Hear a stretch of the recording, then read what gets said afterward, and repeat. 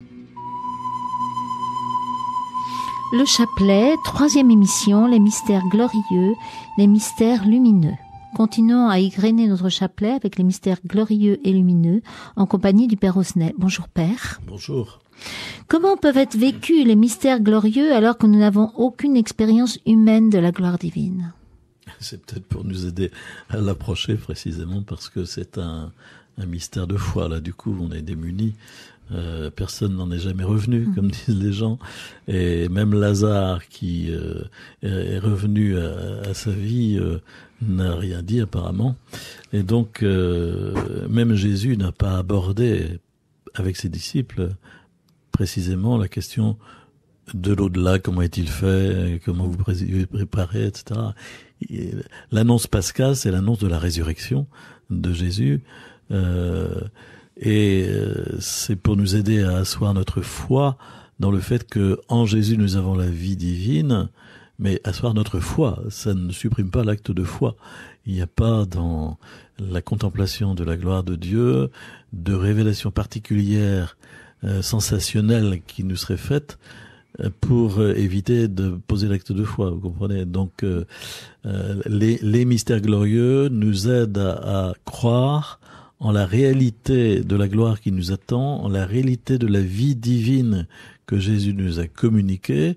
Le dernier mystère lumineux, c'est l'Eucharistie. Et nous passons ensuite à la résurrection de Jésus. Et en la foi, en la résurrection de la chair qui est contenue dans la résurrection même de Jésus. Et donc, qui nous est promise. Jésus avait dit, celui qui mange ma chair et boit mon sang a la vie éternelle et je le ressusciterai au dernier jour. Donc c'est en nous appuyant sur toutes ces paroles de Jésus et en y ajoutant foi qu'on peut, avec Marie, développer cette foi et nous projeter dans la perspective de la gloire, mais nous y projeter en toute sobriété. Il n'y a pas de... Voilà. Alors, la résurrection de Jésus. Aucune apparition à Marie nous est relatée. Pourquoi et comment Marie peut-elle nous aider à vivre dès ici-bas pleinement du mystère de la résurrection ? Alors, il y a une chose importante, c'est que Marie est probablement la seule qui ait vraiment cru que Jésus allait ressusciter. Peut-être Jean aussi, et encore, c'est pas sûr quand on lit bien les évangiles. Mais en fait, quand Jésus avait fait les annonces de sa passion et de sa résurrection, apparemment, les apôtres n'ont retenu que la première partie, que c'était des annonces de sa passion, et ils n'ont pas retenu qu'il avait annoncé aussi sa résurrection. Et on voit quand même, quand les apôtres vont au tombeau vide, par exemple, l'évangéliste nous dit ils n'avaient pas compris qu'il devait ressusciter d'entre les morts. Et tout au long des premières apparitions, on voit que voilà, ils ont beaucoup de mal au démarrage à accueillir la résurrection de Jésus. En revanche, Marie, semble-t-il, dans son cœur, le samedi saint, quand Jésus était au tombeau, Marie, elle, attendait la résurrection de Jésus, croyait en la résurrection de Jésus. Toute la foi de l'Église était présente dans le cœur de Marie. Et c'est pour ça que la qualité de sa foi, qui nous vient par osmose, est si importante, parce que cette foi est incandescente, et elle était plénière, me semble-t-il. Elle fait le lien entre la mort et la résurrection. Oui, Marie garde la foi. Et puis je pense qu'elle avait eu une écoute de Jésus suffisamment fine pour entendre, elle, que Jésus parlait de résurrection. Et pour l'attendre, donc, parce que elle l'attendait, elle savait que ça n'était pas fini avec la mort sur la croix, alors que les 2 disciples d'Emmaüs, eux, pensaient que c'était terminé. Mais Marie, non, elle attendait autre chose. Et même une fois ressuscitée, elle attend encore l'ascension, parce que elle sait que Jésus doit retourner au Père. Ne saviez-vous pas que je dois être chez mon Père ? Jésus l'avait dit à 12 ans. Et donc Marie a une dimension supplémentaire par rapport aux apôtres, par rapport à cette question de la gloire. Et elle peut de ce fait nous aider à vivre le mystère de la résurrection. Oui, tout à fait, parce que elle reconnaît pleinement Jésus. Alors que Marie ait pu bénéficier d'une apparition de Jésus ressuscité, c'est tout à fait probable. Ça n'est pas dit dans l'Évangile, mais on ne nous dit pas tout, n'est-ce pas, dans l'Évangile. Saint Paul, dans sa petite liste 1 Corinthiens 15, va parler d'une apparition de Jésus à Pierre et d'une apparition de Jésus à Jacques, le cousin de Jésus. Dans ces 2 cas, nous n'avons aucun récit Nous avons une confirmation de celle à Pierre par une mention dans l'évangile de Luc, mais nous n'en avons pas concernant Jacques. Et puis il y en a certainement eu d'autres que nous ne connaissons pas. Donc il y en a eu une pour Marie. Comment est-ce que ce serait étonnant? Au contraire, c'est tout à fait logique. Alors l'ascension. L'ascension apparaît bien pour les apôtres comme une séparation. Jésus échappe à leurs yeux. Alors comment Marie vit-elle ce mystère et que pouvons-nous demander à Marie lors de la méditation de ce mystère? Il disparut à leur regard, oui, il s'éleva, une nuée le vint et le déroba à leur regard. Remarquez bien que pour les 2 disciples d'Emmaüs, c'est à peu près la même chose. Hein. Il rompit le pain, leurs yeux le reconnurent et il disparut à leur regard. Au fond, les récits sont très sobres sur cette question. Et encore une fois, il me semble que Marie attendait aussi l'ascension. Et Adrienne von Speyer, cette théologienne et mystique allemande, a une parole où elle dit, à ce moment-là, elle sait que tout est vrai. Elle sait que tout est vrai. Tout ce que Jésus avait dit, et ce pourquoi Jésus était venu, elle sait que maintenant tout est réalisé. On pourrait dire que la parole que Jésus avait prononcée à la croix, hein, tout est accompli, mettant un terme à sa mission terrestre, on pourrait dire que cette même parole a pu être prononcée par Marie au moment de l'ascension.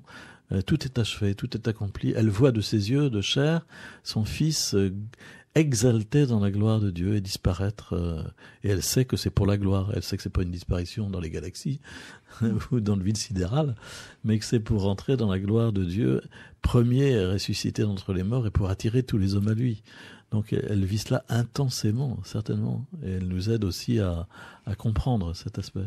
Et ce qui est étonnant d'ailleurs, les apôtres ont dit que les apôtres s'en allèrent tout joyeux. Alors est-ce que Marie était dans cette joie après l'ascension? Oh, certainement.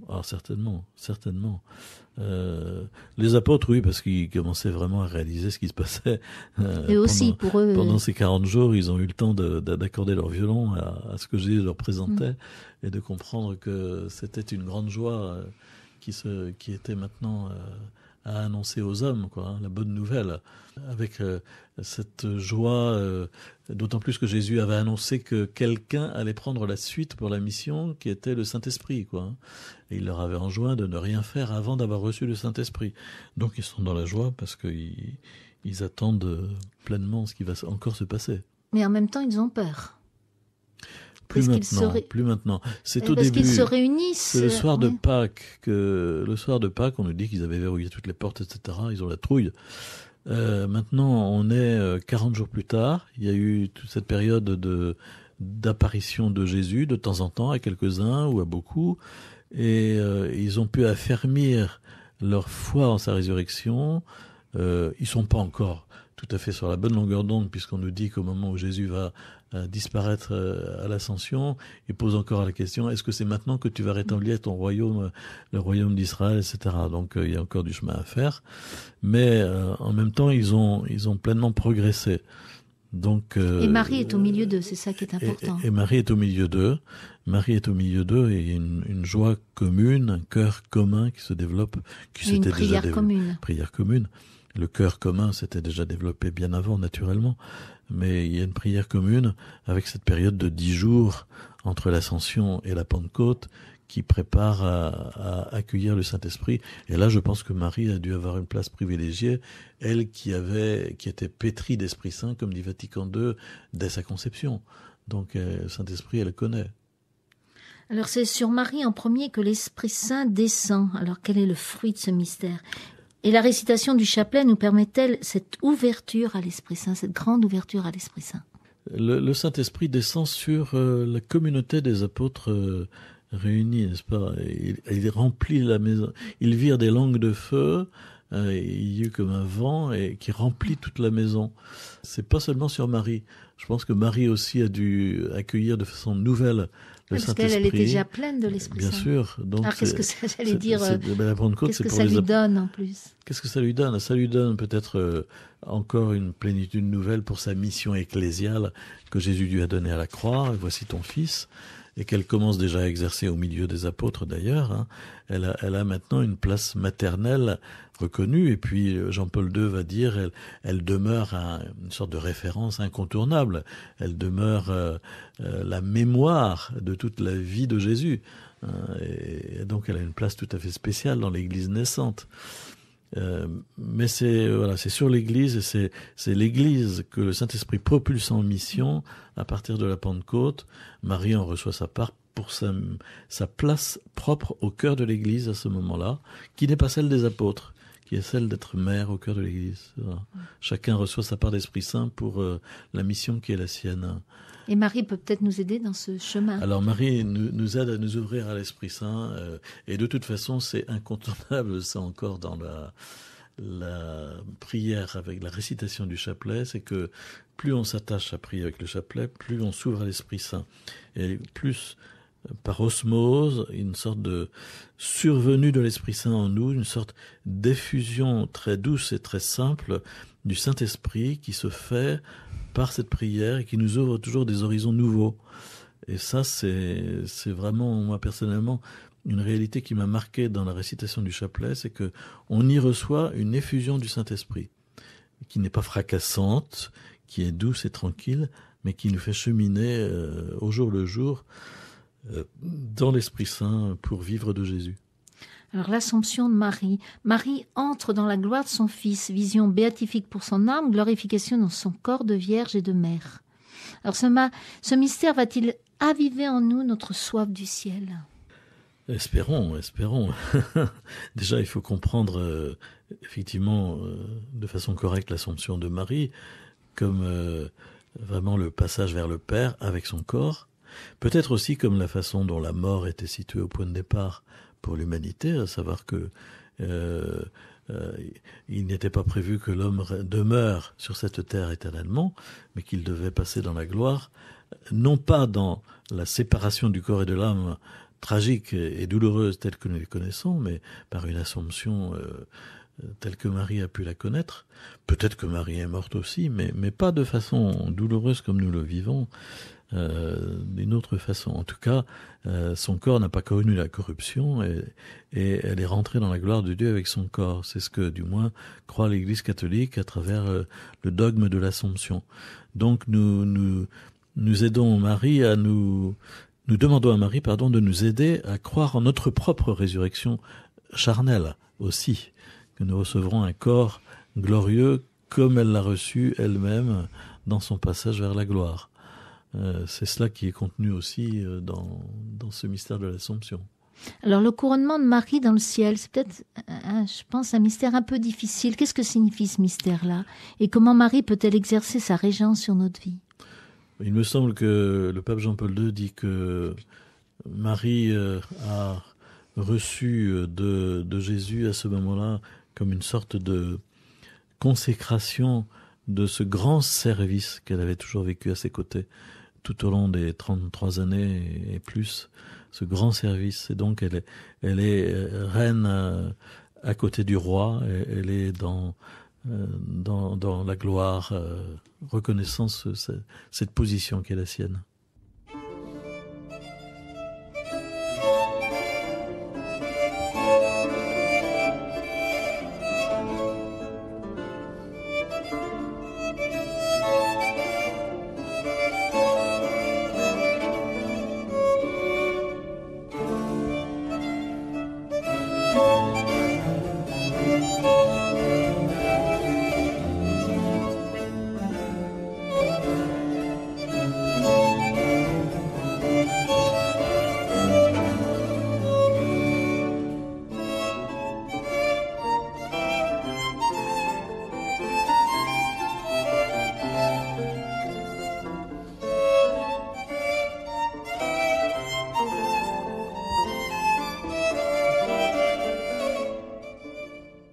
Vous suivez l'émission Au Puits de Jacob, les mystères lumineux, avec le Père Osnet.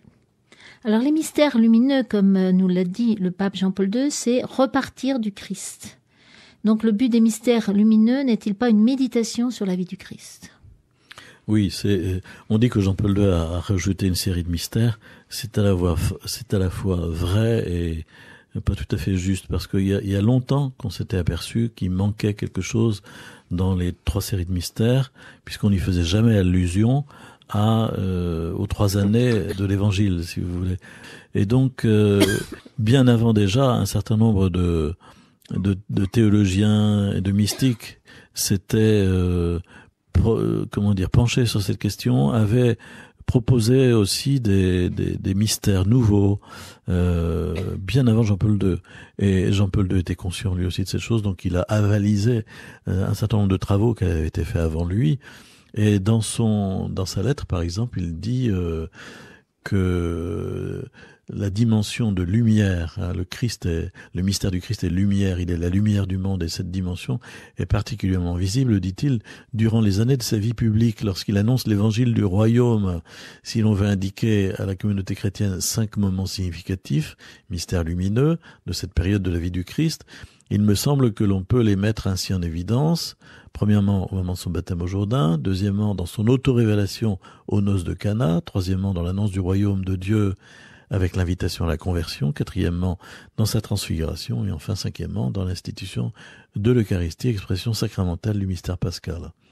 C'est ainsi que présente Jean-Paul II les mystères lumineux en concluant « Chacun de ces mystères est une révélation du royaume désormais présent dans la personne de Jésus. » Alors le baptême de Jésus. Que fait Jésus en demandant à être baptisé? Et pourtant, Jésus là va inaugurer un nouveau baptême. Alors ce mystère là aussi nous introduit au mystère même du Christ. Oui, c'est un geste très particulier que pose Jésus de se placer dans la file des pécheurs qui demandent à vivre un geste de conversion, confessant leurs péchés, en se laissant immerger dans le fleuve Jourdain. Et son cousin Jean-Baptiste découvre Jésus d'un seul coup dans la file des personnes pénitentes. Et il va avoir cette réaction, mais c'est pas ta place. Qu'est-ce que tu fais là? C'est plutôt à moi d'être baptisé par toi. Il y a une petite crise entre les deux à ce moment-là. Tellement ça semble à Jean-Baptiste étonnant que Jésus soit là, à cette place-là. Et si Jésus a voulu prendre place dans la file des pécheurs et recevoir ce baptême que donnait son cousin, c'est parce que il donne comme une sorte de symbole, de signe, de geste prophétique du mystère de la rédemption qu'il est venu accomplir. À savoir, il se plonge dans le péché des hommes pour l'assumer et pour les en purifier à travers sa mort sur la croix. Alors ensuite, dans ce mystère du baptême au Jourdain, il y a cette manifestation trinitaire, à savoir que la parole du Père retentit, celui-ci est mon fils bien-aimé, en qui j'ai mis tout mon amour. Donc il est vraiment désigné comme le Fils de Dieu. Et le Saint Luc nous dit que le Saint-Esprit descend sur lui comme une colombe. Il reçoit toute la puissance de l'Esprit Saint pour son ministère charismatique tout au long des 3 années qui viennent. C'est tout cela qui est contenu dans le plus aussi, comme vous disiez, le sacrement du baptême qui est annoncé, à savoir que nous pour vivre de vie divine, nous avons à être plongés dans la mort et la résurrection de Jésus. Mais personnellement, je rattacherais plus le baptême précisément à la fin de la passion et à la résurrection, parce que c'est le mystère pascal. Alors les noces de Cana, d'abord, n'ont-elles pas un caractère symbolique, ces noces, même si c'est une réalité? Ah oui, vous avez remarqué que quand on se fait faire part de mariage, on a les noms des époux. Et ici, on ne sait pas de qui il s'agit. C'est quand même un petit peu étonnant que, au fond, les 2 personnages les plus importants qui apparaissent, c'est Jésus et Marie, qui vient poser une question à Jésus. Et ça veut donc dire que ce sont eux les vrais époux dans l'histoire, que Jésus manifeste qu'il vient épouser l'humanité, que Marie est son associée dans ce mystère pour lui présenter les besoins de l'humanité. Ils n'ont pas de vin, ils n'ont pas la joie de l'Esprit Saint, et que Jésus comprend très bien cette démarche de Marie, mais qu'il lui demande de patienter jusqu'à la fin. Parce que son heure n'est pas encore là. Son heure n'est pas venue, et donc il y a encore 3 années avant que se déroule le mystère de la croix et de la résurrection. Mais voilà, c'est vraiment une annonce de la profondeur de la mission de Jésus qui est faite à travers cet épisode des noces de Cana, qu'on ne peut pas se contenter de lire au premier degré, simplement en faisant de Jésus comme une sorte de sommelier qui va dépanner ses pauvres mariés qui manquent de vin. Certainement cet aspect est présent, mais vous comprenez que par derrière c'est encore autre chose. Et puis si on pense à la parole que Marie prononce, hein, tout ce qu'il vous dira, faites-le. Mais alors elle n'attend pas l'heure de Jésus, alors c'est étonnant. Alors, elle n'attend pas l'heure de Jésus pour qu'il se manifeste qu'il se manifeste dans l'amplitude de sa mission de rédempteur, mais elle le désigne comme celui qui vient donner à l'humanité cette nourriture, puisque tout ce qu'il vous dira, faites-le, c'est une phrase qui se trouve déjà dans le livre de la Genèse à propos de Joseph. En effet, lorsque les frères de Joseph viennent demander des céréales à l'Égypte qui était prospère à ce moment-là, alors que sévissait une famine partout, le pharaon les envoie trouver Joseph, qui était leur frère, et il le désigne en disant « Allez à Joseph et faites ce qu'il vous dira ». Et donc Marie, par cette parole, désigne Jésus comme celui qui vient donner la nourriture de vie divine à l'humanité, le vin nouveau de l'Esprit Saint. Est-ce que c'est Marie qui a déclenché à ce moment-là? Est-ce que c'est Jésus qui, est dans le prolongement de cette parole de Marie, a voulu donner un signe? Parce que ce n'est qu'un signe de cette réalité qu'il venait accomplir. Alors, en quoi cette dernière parole de Marie conservée dans le Nouveau Testament est-elle importante pour nous? La parole, tout ce faites que vous oui. Alors, c'est une invitation à bien saisir que qui est Jésus, à savoir celui qui nourrit l'humanité entière comme Joseph le faisait, et puis ensuite donc que sa parole est notre nourriture, et donc tout ce qu'il nous dit dans sa parole, et nous rejoignons ici par exemple les chapitres 5, 6 et 7 de l'évangile selon saint Matthieu, où il y a vraiment comme une sorte de catéchèse très articulée sur la sainteté du disciple, et qui se termine par la petite parabole de la maison qui s'écroule et de la maison qui est fondée sur le roc. Quiconque écoute mes paroles et les pratique, celui-là construit sa maison sur le roc. Donc voilà, Marie dit écoutez bien Jésus, c'est lui qui vous permet de construire sur du solide. Donc elle ne le renvoie pas à elle-même, mais à Jésus. Alors le troisième mystère, c'est l'annonce du royaume. Convertissez-vous et croyez à l'évangile. Ces paroles ne reviennent-elles pas comme un leitmotiv dans l'évangile? N'est-ce pas là le fruit de ce mystère? Oui, et puis c'est toute la prédication de Jésus qui est sous-jacente à ce mystère, donc on peut introduire ce mystère par l'un ou l'autre des versets d'évangile ayant trait à la prédication de Jésus. C'est toute l'épaisseur des 3 années de vie publique de Jésus qui sont contenues dans ce mystère, tout ce qu'il a dit en parole et tout ce qu'il a accompli à travers des signes et des signes miraculeux montrant qu'il avait prise sur la mort pour donner la vie, et qu'il avait pris sur la maladie pour donner la guérison, mais qu'il voulait emmener l'homme encore plus loin, à savoir dans la vie divine. Donc vraiment, on est au cœur de toute la vie évangélique de Jésus, des 3 années de ministère public de Jésus. La transfiguration du Seigneur. Comme au baptême, la voix du Père se fait entendre, écoutez-le. Et que dit Jésus à ce moment-là? Il dit au fond que son chemin le conduit à Jérusalem. Alors cet événement ne nous permet-il pas de comprendre la croix glorieuse? À la fois la gloire, mais c'est aussi l'annonce de la croix. Oui. Jésus dévoile sa gloire, puisque c'est la seule fois vraiment où il dévoile pleinement glorieusement qui il est, le Fils de Dieu, jusqu'en tressaillir de lumière. Mais ensuite, Jésus met bien cet épisode-là en relation avec la résurrection, en disant « taisez-vous jusqu'à ce que je sois ressuscité », car c'est un épisode qui nous mène vraiment sur le chemin au-delà de la croix, de la résurrection. Je suis pas sûr que les disciples aient compris, puisque après ils vont pas être vraiment beaucoup plus forts à Gethsémani. Alors le dernier mystère, c'est l'institution de l'Eucharistie. Et là, je pense que c'est parce que pour nous montrer que c'est vraiment le sommet de la vie chrétienne, et Marie n'est-elle pas celle qui par excellence nous fait aimer l'Eucharistie? Le pape Jean-Paul II disait la femme eucharistique. Voilà, oui, tout à fait. Oui. Elle a donné naissance à Dieu fait homme, elle a donné sa chair à Jésus, elle n'est pas absente non plus au fait que Jésus donne sa chair en nourriture de façon sacramentelle, dans le sacrement de l'Église, et dans ce grand sacrement, nous communions pleinement à Jésus.